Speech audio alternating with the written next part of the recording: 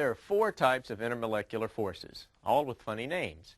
They are ion-dipole interactions, dipole-dipole interactions, London dispersion forces, and hydrogen bonds. Ion-dipole interactions exist when a solid substance made of ions is dissolved in a liquid consisting of polar molecules. For example, when sodium chloride, an ionic solid, is dissolved in water, a polar liquid, the solid salt crystals break up and form the ions, Na positive and Cl negative. The positive charge on the polar molecule moves towards the negative ion of the salt and vice versa. The term dipole is just another word for polar molecule. Dipole-dipole forces result from the slight charges on the ends of polar molecules, causing them to stick together. It's the dipole-dipole forces between water molecules that cause bodies of water to have surface tension.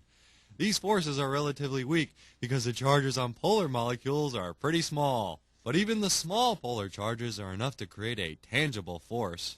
And when you do a belly flop into the pool, ouch! You definitely notice the dipole-dipole forces between the water molecules. The polar molecules try to hold together. London dispersion forces are intermolecular forces that result from fluctuating instantaneous dipoles. I'll explain in English. You can't have dipole-dipole forces between nonpolar atoms and molecules, right? Because there are no charges attracting the molecules to each other. But a guy named Fritz London... Who? Fritz London! He figured that since nonpolar molecules can become liquid, there must be some intermolecular force at work between nonpolar molecules. So he came up with this idea of instantaneous dipole movement. Fritz London figured that even nonpolar atoms like helium might sometimes have both their electrons on one side of the nucleus for just an instant. Old Fritz called this coincidence instantaneous dipole movement. For just an instant, a normally nonpolar atom or molecule is polar. Then, of course, the electrons move and the atom or molecule isn't polar anymore. But when one atom becomes polar for an instant, the force of its electrons on one side repels the electrons on the atom that's next to it, making that one polar for a moment by shoving both of the atom's electrons to one side.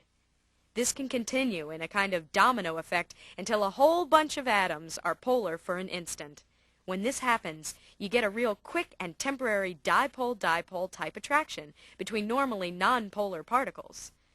London dispersion forces operate between polar molecules too, increasing the attraction between the polar molecules.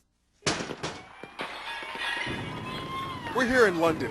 The dispersion forces have begun the bombing, pushing our electrons to one side, which makes us polar for just an instant.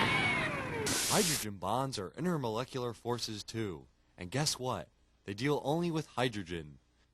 When a hydrogen atom bonds to a strong electronegative atom, it forms a polar bond. The electronegative atom pulls hydrogen's electrons toward itself.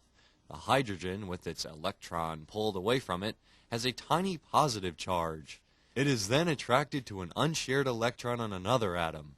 This attraction, found in molecules like water and hydrogen fluoride, is the last type of intermolecular force.